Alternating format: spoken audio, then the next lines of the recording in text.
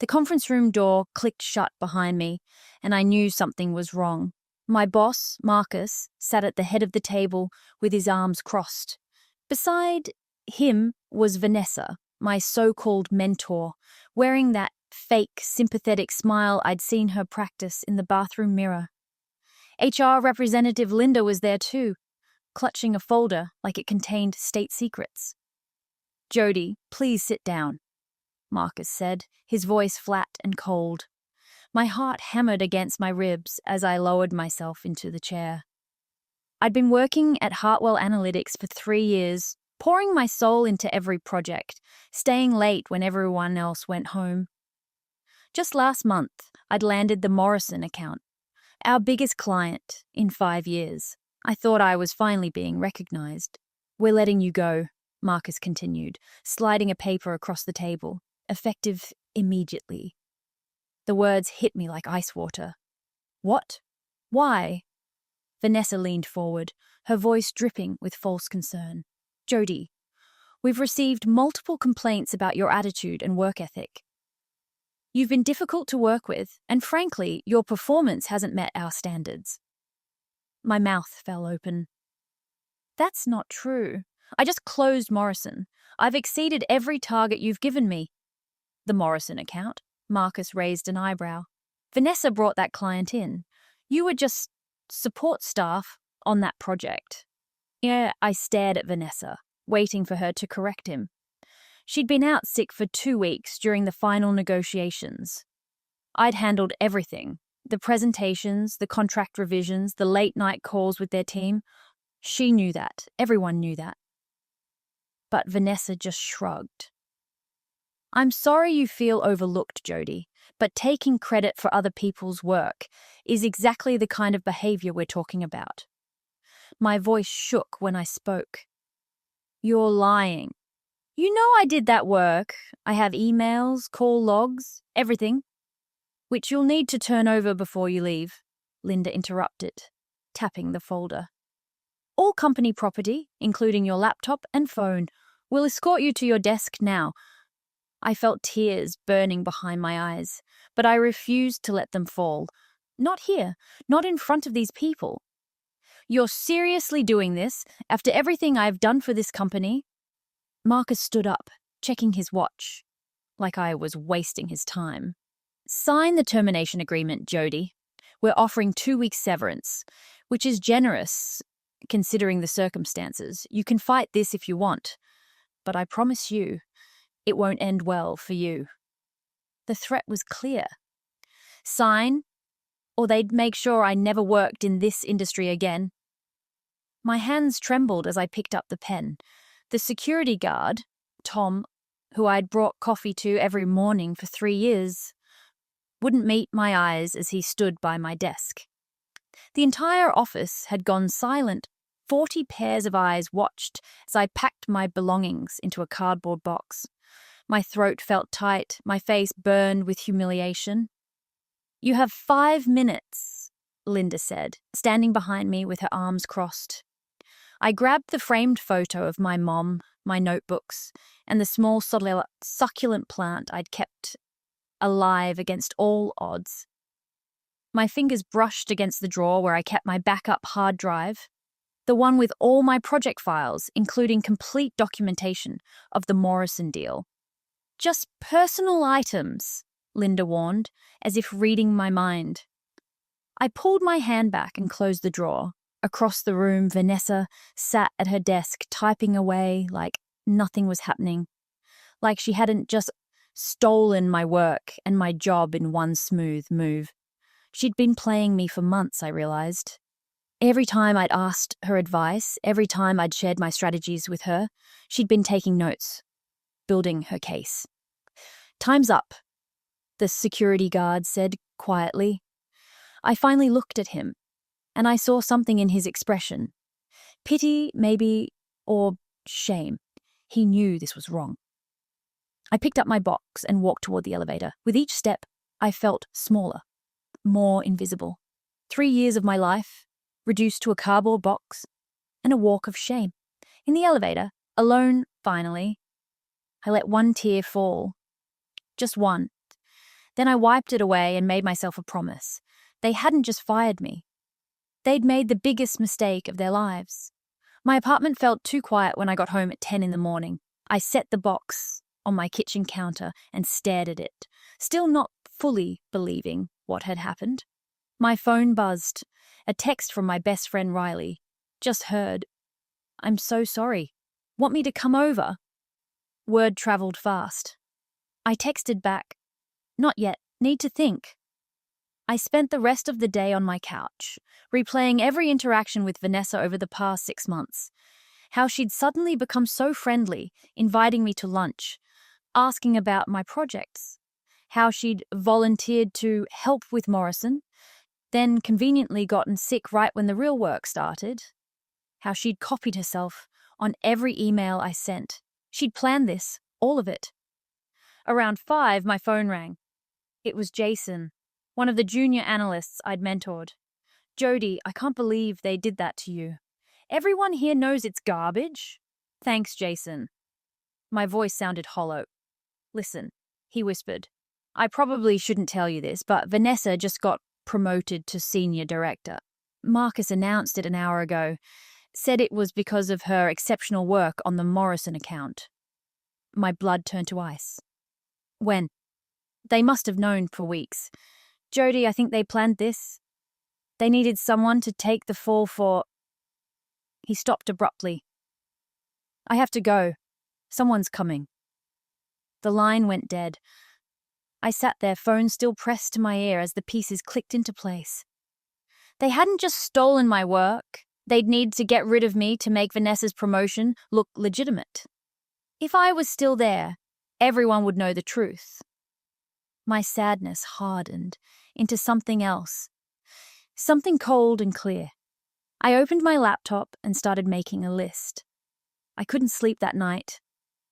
Every time I closed my eyes, I saw Vanessa's smug face and Marcus's dismissive wave. By 3 in the morning, I gave up and sat at my kitchen table with my laptop, digging through my personal email. I'd been careful over the years, forwarding important documents to myself. Not because I didn't trust the company. I'd just learned early in my career that hard drives crash and emails disappear. Now I was grateful for my paranoia. I found the Morrison folder. Initial proposals, client meeting notes, contract drafts, everything. Each file was time-stamped and showed me as the author. I had documentation of every conversation, every strategy session, every late-night revision. But as I scrolled through, I noticed something odd. There was an email thread I didn't remember. A conversation between Vanessa and Marcus from 2 months ago, before Vanessa had gotten sick. The subject line read, "Project Transition Plan." I opened it, my heart racing. Marcus had written, "We need to move carefully. Jody's been here long enough to cause poor problems if she suspects anything. Let's have Vanessa shadow the Morrison project, get fully briefed. Then we'll create the documentation we need." Vanessa's response, "Already on it.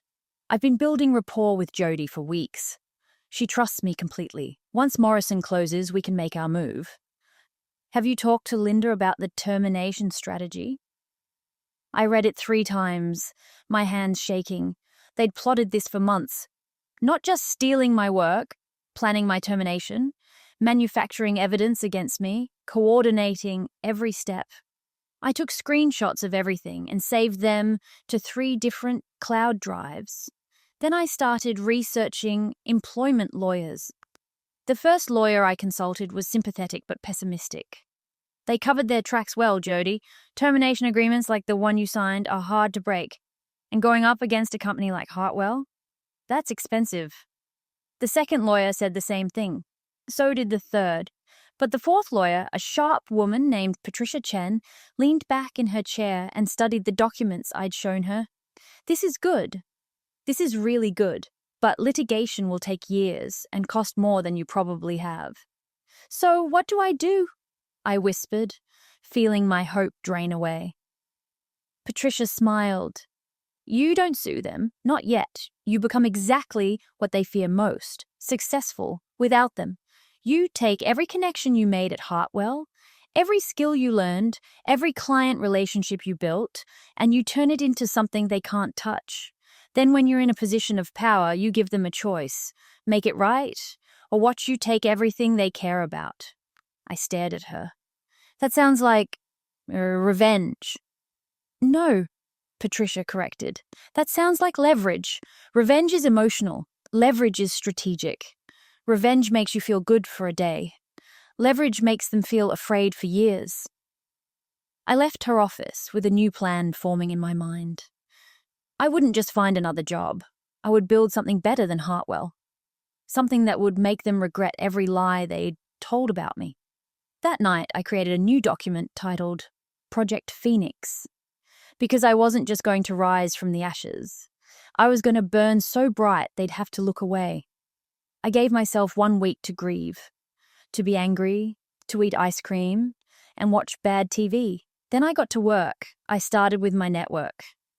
I'd spent 3 years building relationships with clients, vendors, and industry contacts. I reached out to each one personally, not asking for anything, just reconnecting. Coffee meetings, phone calls, lunch dates. I told them I'd left Hartwell to pursue independent consulting. Most of them were supportive. Some were cautiously interested. And three clients I'd worked with directly said they'd been unhappy with Hartwell's recent service and would consider switching to me once I was set up. I registered my LLC, JMK Analytics. My middle name was Marie. My mum's name was Catherine. I worked on my business plan from 6 in the morning until midnight every day. I cashed out my small 401k, took a loan against my mum's life insurance policy, and scraped together $50,000 in startup capital. Riley thought I was crazy. Jody, you could just get another job, a stable job. Why risk everything? I looked at her over my laptop screen because stable doesn't mean safe. I was stable at Hartwell, and they destroyed me in an afternoon. I'm never giving anyone that power over me again. 2 weeks after my termination, I signed my first client, Morrison. They called me directly, furious because Vanessa had mishandled their account transition. Deadlines were missed, communications were sloppy, and they were considering cancelling their contract with Hartwell. We always knew you were the one doing the real work, Jody, their CEO told me. Vanessa couldn't answer basic questions about our agreement. We want you back, but not at Hartwell. I negotiated a 6-month consulting contract worth $80,000. Then I sent Marcus an email. Thought you'd want to know, Morrison is considering terminating their Hartwell contract due to poor service. Just a friendly heads up from a former employee who still cares about the company's reputation. I didn't mention I was the reason they were leaving. Not yet. News of Morrison leaving Hartwell spread fast. In our industry, everyone talks. And everyone knew Morrison was a prestigious client, the kind of account that opened doors. Within 3 weeks, 2 more former Hartwell clients reached out to me. Both had similar complaints. Vanessa was disorganized. Marcus was dismissive. And the quality of work had declined since I'd left. They didn't say it outright, but the implication was clear. I'd been the backbone of that operation. I signed both clients, structuring their contracts carefully with Patricia's help. Everything was legal, everything was documented. I wasn't poaching. They came to me. JMK Analytics grew from a 1-woman operation in my apartment to a small office space downtown. I hired Jason, the junior analyst who'd warned me about Vanessa's promotion. He jumped at the chance to leave Hartwell. It's toxic there now, he told me during his first week. Ever since you left, morale is in the basement. Vanessa keeps taking credit for everyone's work, and Marcus just lets her. People are updating their resumes. Good to know, I said neutrally, though inside I felt a grim satisfaction. I was careful not to actively recruit from Hartwell. I didn't need to. But I did make sure everyone in the industry knew JMK Analytics was hiring and that we valued actual merit, not politics. 3 months after my termination, I got a message on LinkedIn from someone named Derek Santos. His profile showed he was Hartwell's chief financial officer. The message was brief. We should talk. Coffee? I stared at it for a long moment, my mind racing through possibilities. Was this a trap? A threat? An olive branch? I replied, sure. When and where? Derek Santos looked uncomfortable as he stirred his coffee. We met at a neutral location, a busy cafe downtown where neither of us could make a scene. I'll get straight to the point, Derek said. Hartwell is in trouble. We've lost 3 major clients in 3 months, and I've reviewed the circumstances of each departure. They all have one thing in common. Me, I said simply. He nodded. Marcus and Vanessa have been trying to keep this quiet, but the board is asking questions. I've been doing my own investigation. And Jody, what they did to you was wrong. I voted against your termination. For what it's worth. Did you? I kept my voice neutral, not giving anything away. I did. I told Marcus the whole thing smelled bad, but he convinced the board you were a liability. Derek leaned forward. I'm here to make you an offer. Come back to Hartwell. Senior director position, significant raise, full control over your projects. We'll issue a public statement that your termination was based on miscommunication. I took a slow sip of my coffee, letting him sweat. And Vanessa? She'd be reassigned. And Marcus? Derek shifted. Marcus is CEO. That's not something I can promise to change. I set down my cup. Derek, I appreciate you coming here, but I'm not interested in returning to Hartwell. I'm building something better. His expression fell. Jody, be reasonable. You're one person. Hartwell has resources, infrastructure, reputation. Whatever you're building, we can give you more. Can you give me dignity? I asked quietly. Can you give me back the 3 years I invested in a company that threw me away like trash? Can you erase the walk of shame past 40 people who watched me get humiliated? Derek was silent. I don't want a job, Derek. I want justice. Tell the board that if they want this bleeding to stop, there needs to be accountability. Real accountability. Not reassignment, not private apologies. Public admission of what they did and consequences for the people who did it. I stood up to leave. They'll fight you, Derek warned. Marcus won't go down without burning everything. I smiled. Good, I'm counting on it. Chapter 9. The expansion, I hired a PR consultant named Grace, who specialized in reputation management. You're doing everything right, she told me after reviewing my strategy. But you're being too quiet about it. Success is the best revenge, but only if people see it. Grace helped me launch a proper website for JMK Analytics, complete with client testimonials and case studies. She got me featured in industry publications, speaking at conferences, writing thought leadership articles. My message was consistent. Businesses succeed when they invest in their people, when they reward merit, when they create cultures of respect. I never mentioned Hartwell directly. I didn't have to. Everyone in our industry could read between the lines. 6 months after my termination, JMK Analytics had 12 employees and 15 clients. We'd tripled our revenue projection. Business magazines started calling me an emerging industry leader. One headline read, How Jody Klein built an analytics firm that puts people first. Vanessa tried to add me on LinkedIn. I ignored the request. Marcus sent me an email. Jody, we need to talk about your ongoing interference with Hartwell's business relationships. What you're doing could be considered tortious interference. I forwarded the email to Patricia, who laughed. He's bluffing. You haven't done anything illegal, but his threat just gave us ammunition if we ever need it. I didn't respond to Marcus. Silence, I'd learned, was its own kind of power. Then Riley called me, breathless with excitement. Jody, you need to see this. Check the business news. I pulled up the website she'd sent. The headline made me stop breathing. Hartwell Analytics under investigation. Former employees allege systemic fraud and misconduct. Someone had filed a formal complaint with the State Labor Board, and based on the details in the article, they'd provided documentation, lots of it. I hadn't filed the complaint, but I had a pretty good idea who had. The investigation into Hartwell moved fast. Once the Labor Board started digging, other former employees came forward with their own stories. It wasn't just me.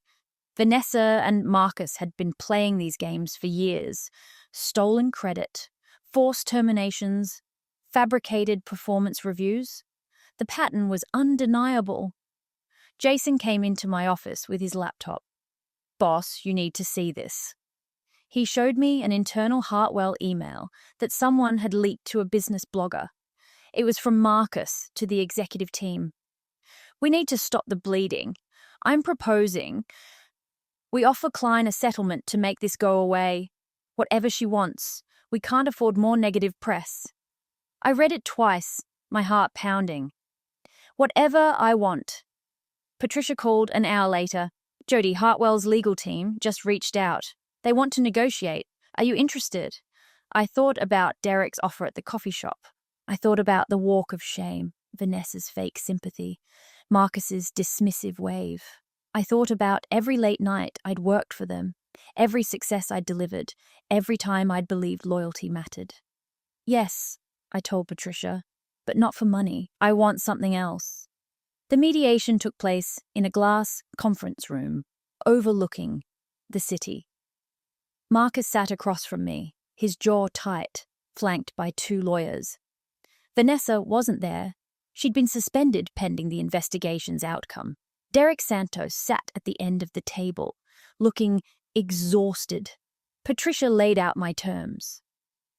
"Ms. Klein will agree to sign a statement that she holds no further grievances against Hartwell Analytics in exchange for the following.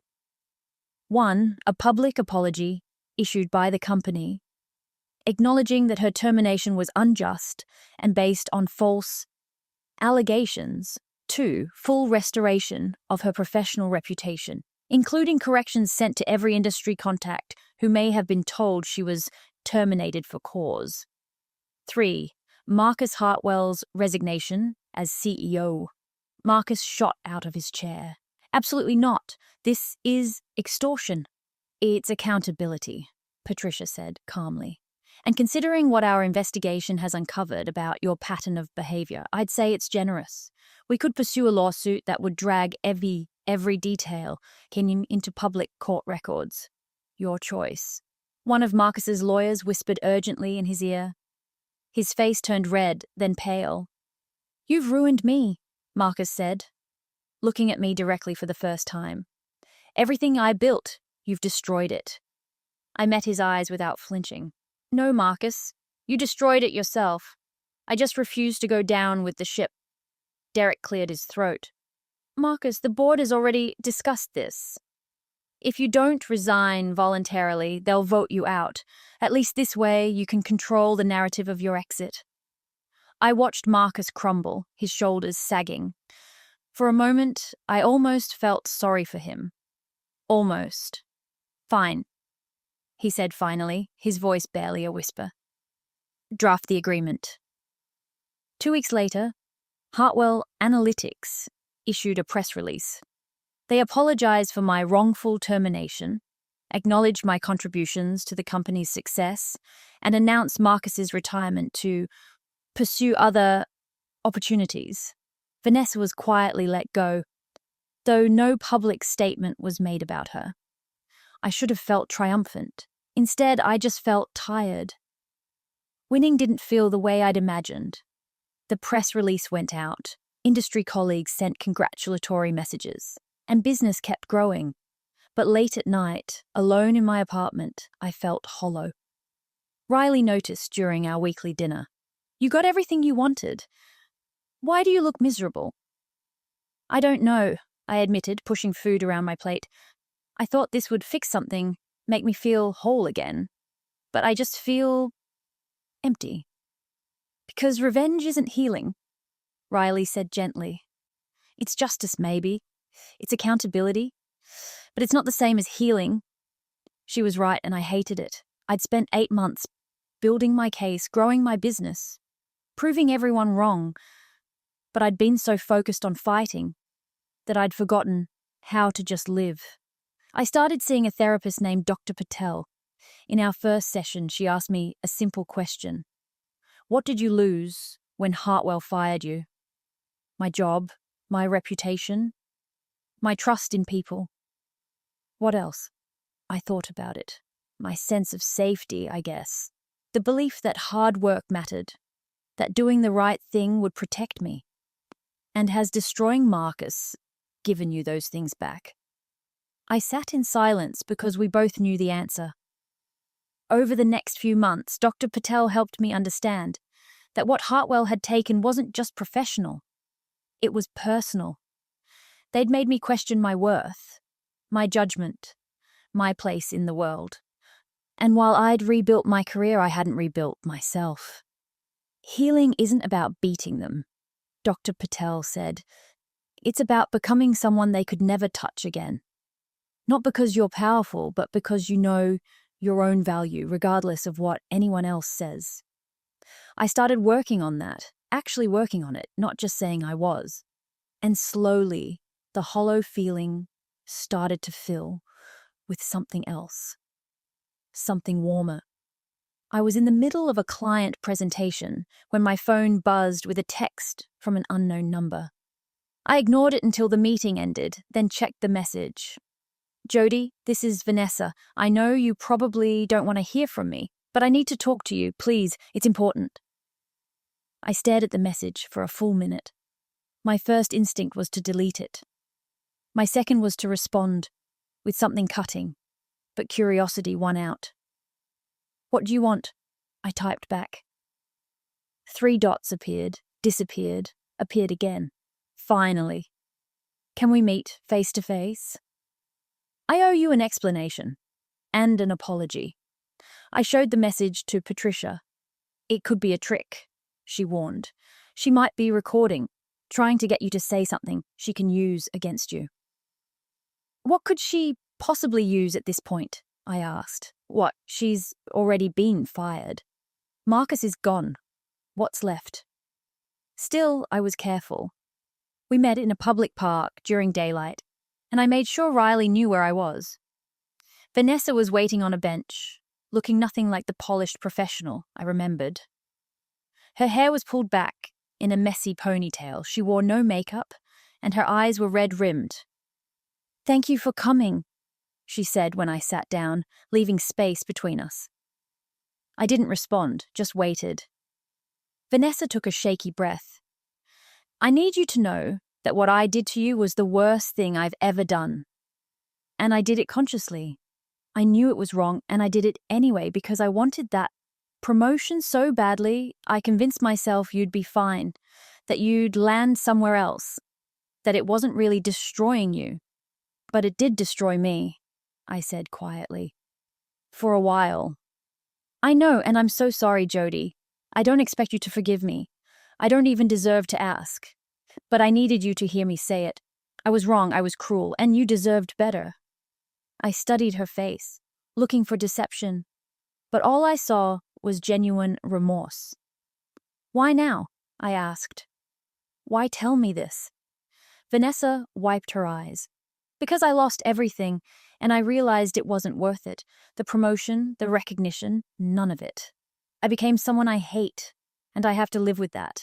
But maybe if I own what I did, I can start to become someone better. We sat in silence for a moment. I don't forgive you, I said finally. Not yet. Maybe not ever, but I appreciate you saying it.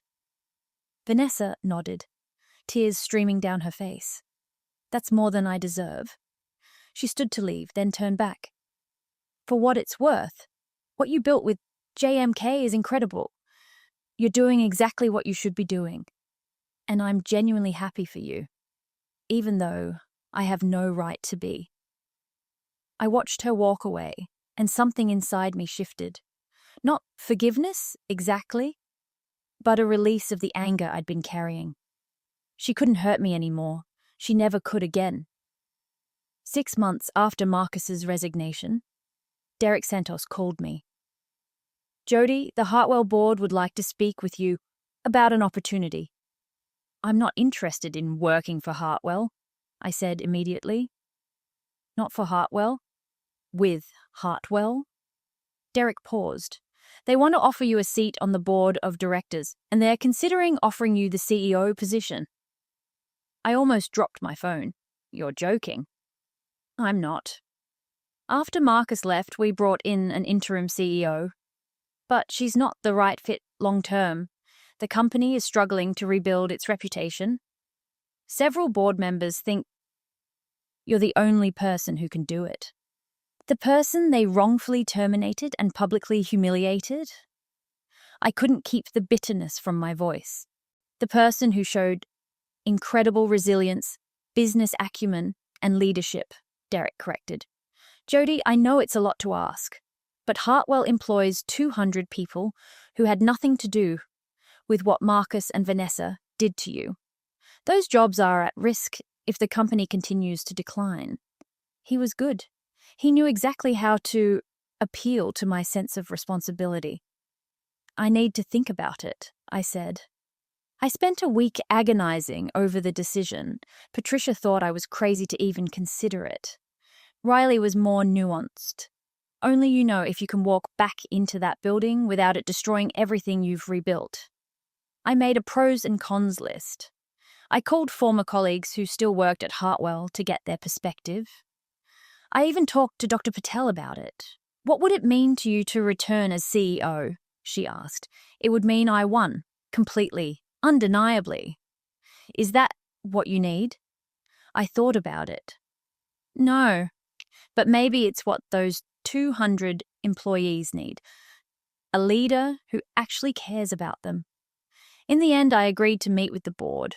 The Hartwell boardroom looked different from this side of the table. I sat at the head, facing 7 board members who'd once approved my termination. The irony wasn't lost on anyone. "Thank you for considering this opportunity," the board chair, Margaret, began. "We understand we're asking something extraordinary of you."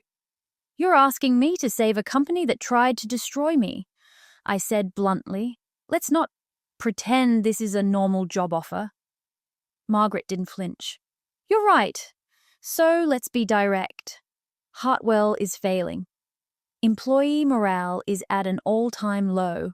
Client retention is abysmal, and our reputation in the industry is damaged. We've made mistakes, catastrophic mistakes, and we're paying for them now.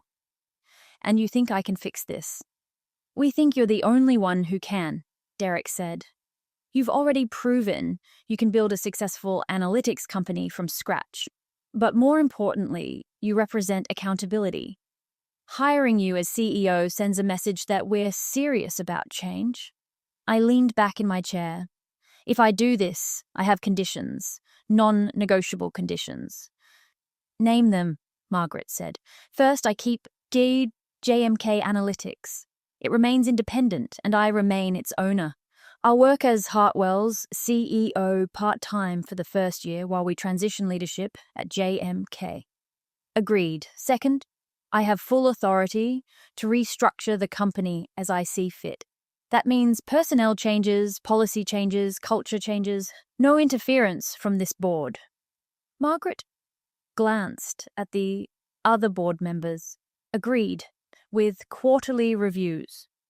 Third, we establish a whistleblower protection program and an independent ethics committee. No employee will ever be terminated for reporting misconduct or challenging leadership again." "Agreed." I took a breath. "And fourth, we establish a fund, the Jody Klein Leadership Fund, that provides support for employees who've been wrongfully terminated or mistreated. Full salary for 6 months, career counseling, legal support if needed. I'll contribute the first $100,000. The room was silent. Then Margaret smiled. "You want to make sure what happened to you never happens to anyone else. Exactly. Then we have a deal, Ms. Klein. Welcome to Hartwell Analytics again. Walking through Hartwell's doors as CEO felt surreal. The same lobby where I'd been escorted out with a cardboard box, the same elevator where I'd let myself cry, the same hallways where I'd been humiliated. But everything was different now. The staff gathered in the main conference room for my first all-hands meeting. I saw familiar faces. Some looked hopeful, others skeptical, a few openly hostile. I couldn't blame them.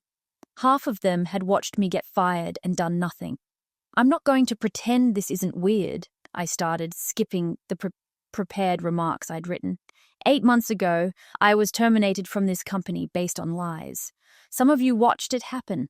Some of you probably believed those lies, and now I'm standing here as your CEO. The room was dead silent. I could spend this meeting talking about what was done to me. I could name names, assign blame, make people squirm.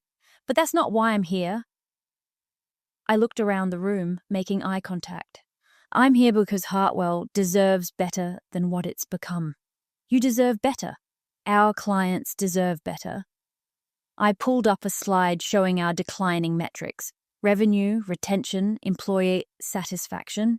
This is where we are. And it's not pretty. But I've built a company from nothing in 8 months. And I'm going to rebuild this one too, not through politics or backstabbing or taking credit for other people's work, through actual merit, actual collaboration, actual respect. Someone in the back raised their hand. It was Lisa, from accounting, who'd been at Hartwell for 15 years. How do we know you won't just use this position to punish people? To get revenge? I appreciated her honesty. Because revenge already happened. Marcus is gone. Vanessa is gone. The people who hurt me faced consequences. What I'm doing now isn't revenge. It's reconstruction. And I need all of you to help me do it. After the meeting, people approached me cautiously. Some apologized for not speaking up when I was fired. Others thanked me for coming back. Jason, who'd already returned to Hartwell as my director of analytics, grinned at me.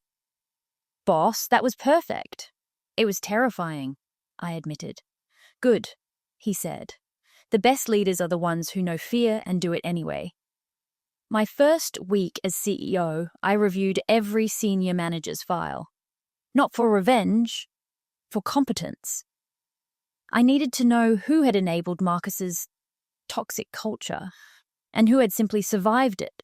3 senior managers had participated in the scheme against me or had similar complaints in their files. I called each one individually. This isn't personal, I told them, but I can't rebuild a culture of integrity with people who've demonstrated they don't value it.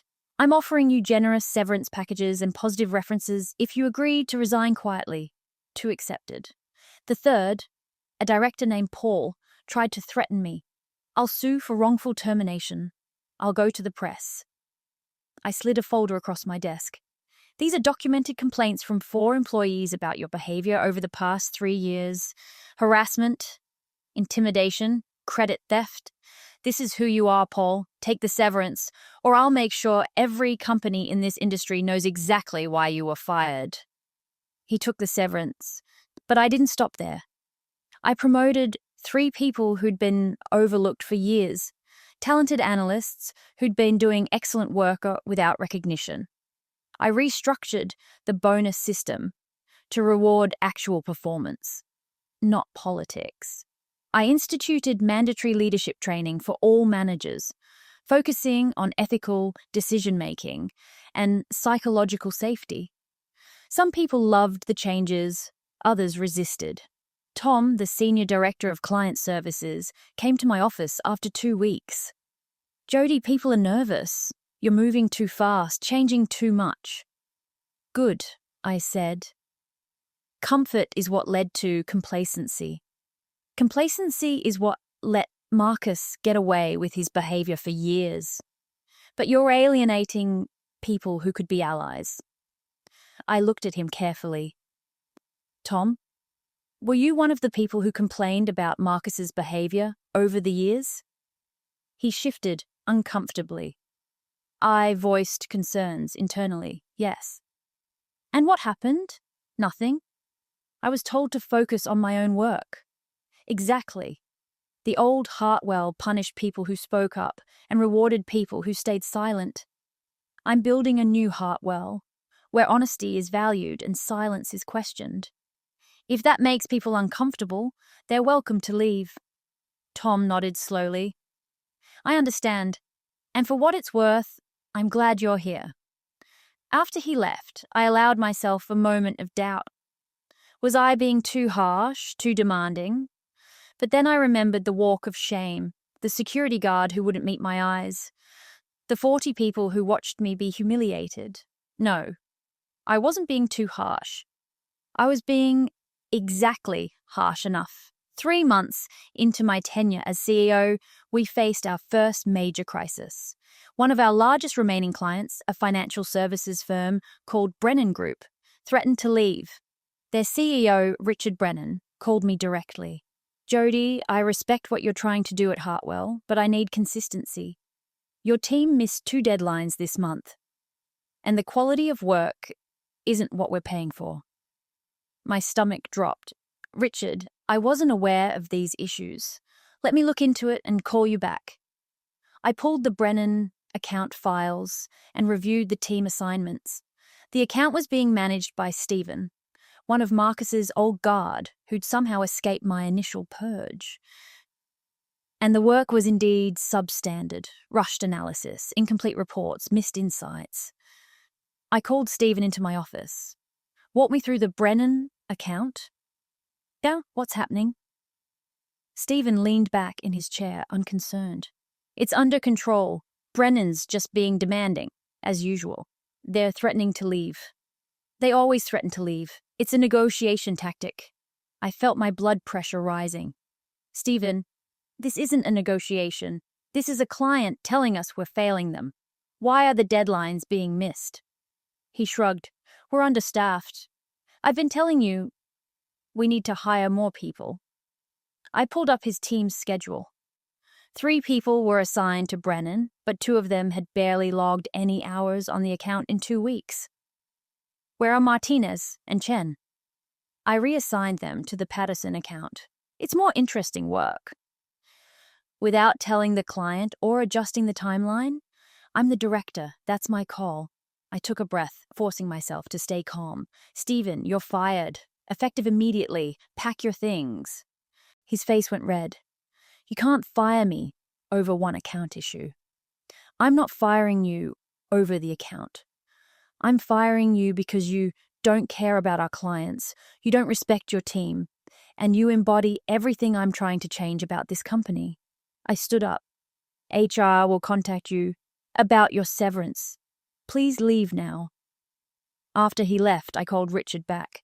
Richard, I've made a personnel change on your account. I'm personally overseeing the work until I can assign a new team lead. We'll have the missing deliverables to you by end of week. And I'm reducing your fees by 20% this quarter, as an apology. There was a pause. You didn't have to do that. Yes, I did. You're not just a client, Richard. You're a partner, and partners don't let each other down. We kept the Brennan account, and word spread quickly through the office. The new CEO wasn't just talking about accountability. She was enforcing it. 6 months into my tenure, something shifted. I started to see it in small ways, people smiling in the hallways, collaboration happening organically, employees staying late not because they were forced to, but because they were genuinely engaged in their work. Our metrics were improving too. Client retention was up 15%. Employee satisfaction scores had jumped 20 points. We'd landed 3 new major accounts, including one that specifically cited our renewed commitment to excellence and integrity. But the real breakthrough came during a team meeting. We were discussing a complex project, and one of our junior analysts, a quiet woman named Priya, raised her hand. I think we're approaching this wrong, she said hesitantly. The client asked for X, but what they actually need is Y. If we give them what they asked for, they'll be disappointed in 6 months. The room went quiet. In the old Hartwell, disagreeing with the proposed approach would have been career suicide. I leaned forward. Tell me more. Priya explained her reasoning, pulling up data to support her argument. She was right. Completely right. The approach we'd been planning would have been a true short-term win, but a long-term failure. This is excellent analysis, I said. Let's pivot to Priya's approach. And Priya, I want you to present this to the client directly. You saw what we missed. You should get the credit. After the meeting, Jason pulled me aside. Do you know what you just did? Listen to good advice? You created a moment. 6 months ago, Priya would never have spoken up. None of the junior staff would have. They would have watched us make a mistake and stayed silent because that's what survival looked like. You just showed everyone that speaking up isn't just safe, it's valued. That night, I got an email from Priya. It was short. Thank you for believing in me. I've been at Hartwell for 2 years, and today was the first time I felt like my voice mattered. I read it 3 times, feeling something warm spread through my chest. This was why I'd come back, not for revenge, not for validation, but for this, for creating a place where people like Priya could thrive. The industry magazine that had once written about my emergence as a leader now wanted to do a feature story on Hartwell's turnaround. The journalist, a sharp woman named Carol, spent 2 days interviewing me, my team, and even some of our clients. This is a remarkable story, Carol told me at the end of her research. Woman gets wrongfully terminated, builds her own company, then returns to save the company that destroyed her. It's like a corporate fairy tale. I laughed. Except fairy tales are a lot cleaner than real life. What do you mean? I thought about how to answer honestly. Fairy tales have clear villains and heroes. Real life is messier. Yes, Marcus and Vanessa hurt me. But they weren't cartoon villains. They were people who made terrible choices under pressure. And I'm not a hero. I'm just someone who refused to disappear. Carol scribbled notes. Do you think you've gotten closure? I don't know if closure is real, I admitted. But I've gotten something better, growth. I'm not the person I was when I got fired. I'm stronger, more aware, more capable. They tried to break me and instead they forced me to rebuild myself into something better. The article came out 2 weeks later with the headline, Jodie Klein's Impossible Comeback, How One Woman Transformed Betrayal into Industry Leadership. It went viral. I got calls from other CEOs asking for advice, from business schools wanting me to speak, from employees at other companies who'd faced similar betrayals and wanted to know how I'd survived. And in the middle of all the attention, I got a handwritten letter. It was from Marcus. Jodie, it read, I've watched your success from a distance, and I need you to know I was wrong. About you, about leadership, about what matters. You've built something at Hartwell that I never could have built because I never understood that real power comes from lifting people up, not tearing them down. I don't expect forgiveness, but I needed you to know that you were right and I was wrong. Always, Marcus. I read the letter once, then filed it away. I didn't need his apology, but it was nice to have nonetheless. 1 year after becoming CEO, I stood in front of the same conference room where I'd been fired. But this time the room was full of celebrating employees. We'd just closed our best quarter in Hartwell's history, 25% revenue growth, 92% client retention, and an employee satisfaction score that put us in the top 5% of companies our size. I want to thank every single person in this room, I said, raising my glass. A year ago, we were broken, but you didn't give up. You trusted the process, you worked hard, you supported each other. This success isn't mine. It's ours. The applause was genuine, warm. I saw faces around the room, people who'd been skeptical at first, people who'd been afraid, people who'd been hurt by the old culture. They were smiling now. They believed now. After the party, I walked through the quiet office alone. I stopped at the desk where I used to sit before I had an office, when I was just another analyst grinding through spreadsheets and presentations. "You did it," Riley said from behind me. I hadn't heard her come in. "You really did it." "We did it," I corrected. Riley shook her head. No, Jody, this was you. You took the worst thing that ever happened to you and turned it into the best thing. That's not luck. That's character." I felt tears prick my eyes. I just didn't want anyone else to feel what I felt that day. When they made me pack my things, when Tom wouldn't look at me, when I rode the elevator down feeling like I was nothing. "You were never nothing," Riley said fiercely. And now everyone knows it.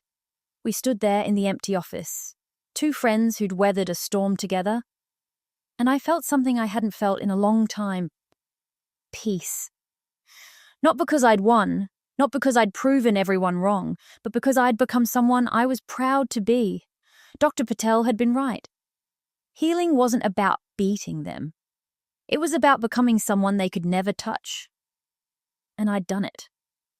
2 years after my firing, Hartwell Analytics was thriving. We'd expanded into 3 new markets, doubled our workforce, and were being courted by several major firms interested in acquisition. But I wasn't ready to sell. We had more work to do. The Jody Klein Leadership Fund had supported 17 people so far, employees from various companies who'd been wrongfully terminated or mistreated. We helped them get back on their feet, connected them with opportunities, gave them hope when they felt hopeless. One recipient, a woman named Angela, who'd been fired from a tech company after reporting harassment, came to visit me. "You saved my life," she told me. I was ready to give up on my career. I thought I was the problem. "Your fund didn't just give me money. It gave me validation." "You were never the problem," I told her. "Bad systems and bad leaders are the problem.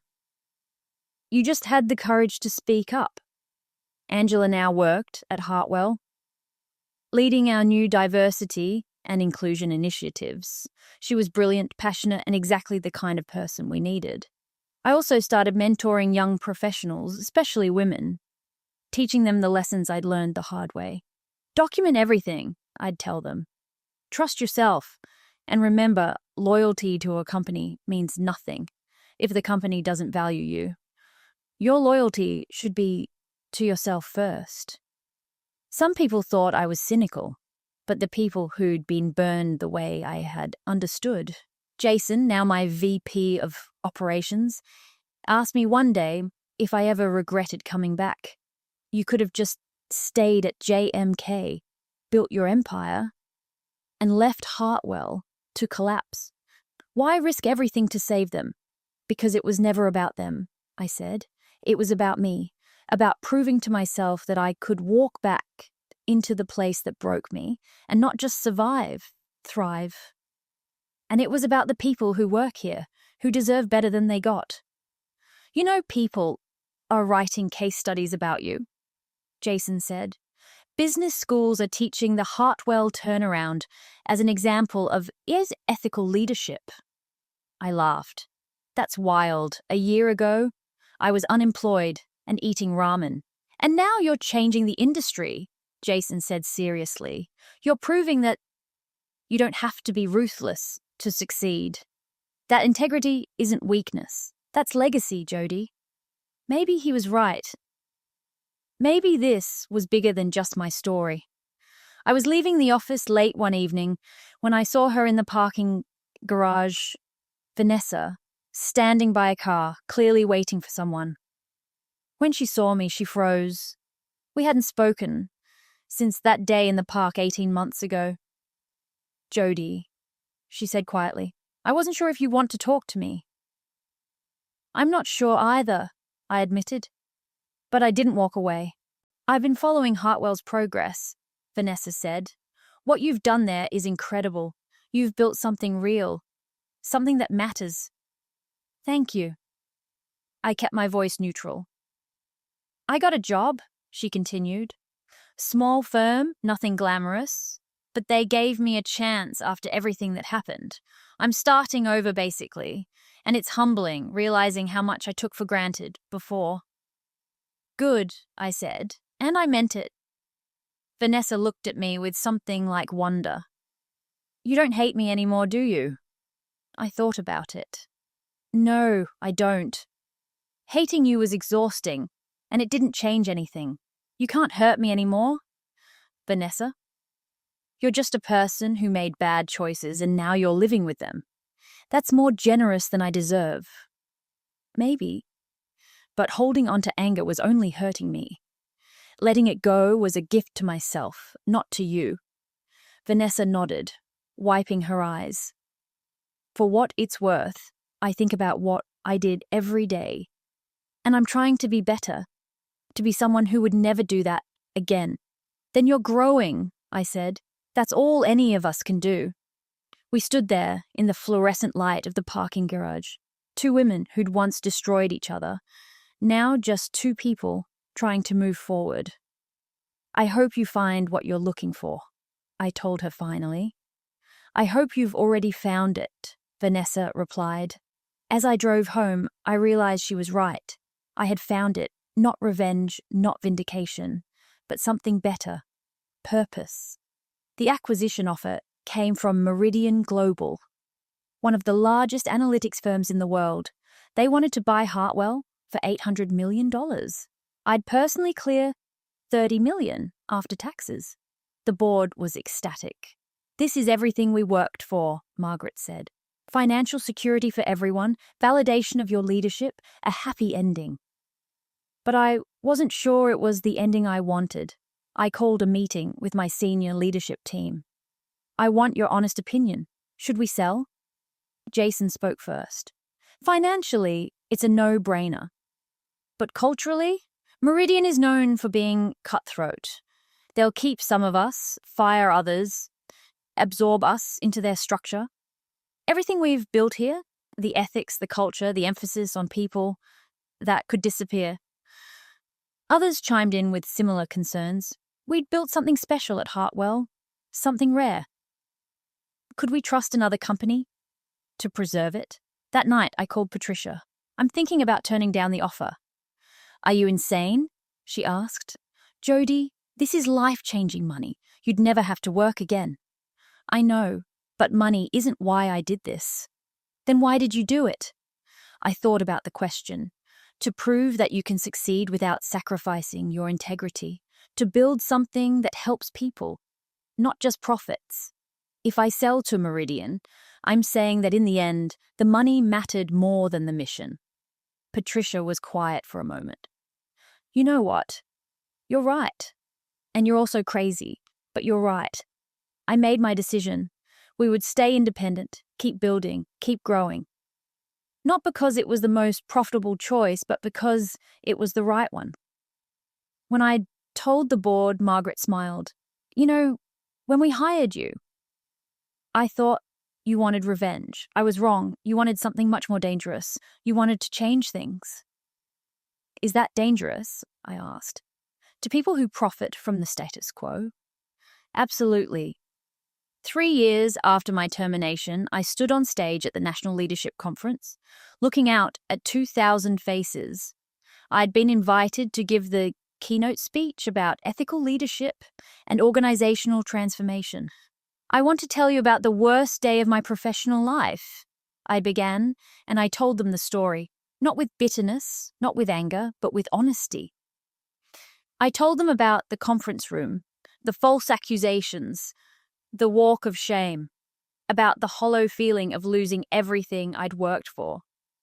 And then I want to tell you about the best decision of my professional life. I continued, which was choosing to rebuild rather than retreat, to grow rather than give up, to become everything they said I couldn't be, not to prove them wrong, but to prove myself right. I talked about the hard work, the mistakes, the moments of doubt, about building JMK, returning to Hartwell, transforming the culture, about learning that success without integrity is just noise. But success with integrity is legacy. The people who hurt me thought they were ending my story, I said. But they were just beginning it. Because when you knock someone down, you have two choices. You can learn to become someone who never gets knocked down again, or you can learn to become someone who always gets back up. I chose to get back up. And then I chose to help others get back up too. The applause was thunderous. After the speech, dozens of people came up to share their own stories of betrayal and comeback. I listened to each one, offered advice where I could, and reminded them that their stories weren't over. On the flight home, I opened my laptop and checked Hartwell's quarterly reports. Record profits, record retention, record satisfaction. We'd been named one of the best places to work in America. The company that had tried to destroy me was now thriving because of me. But more than that, I was thriving, not because I'd won some cosmic victory over my enemies, but because I'd become someone I was proud to be, someone who faced injustice and chose growth over bitterness, someone who transformed pain into purpose. My phone buzzed with a text from Riley. Saw your speech online. You killed it. Proud of you, warrior. I smiled and typed back, not a warrior, just someone who refused to stay down. But maybe that was the same thing. I looked out the airplane window at the clouds below, thinking about how far I'd come. From that conference room, where everything ended to this moment, where everything was possible, they'd tried to make me small, insignificant, forgettable. Instead, I became everything they said I couldn't. And every day, in every decision I made, in every person I helped, in every life I touched, I watched them flinch at what they had created. Not a victim, not a villain, just a woman who refused to let anyone else write her ending. And this was just the beginning.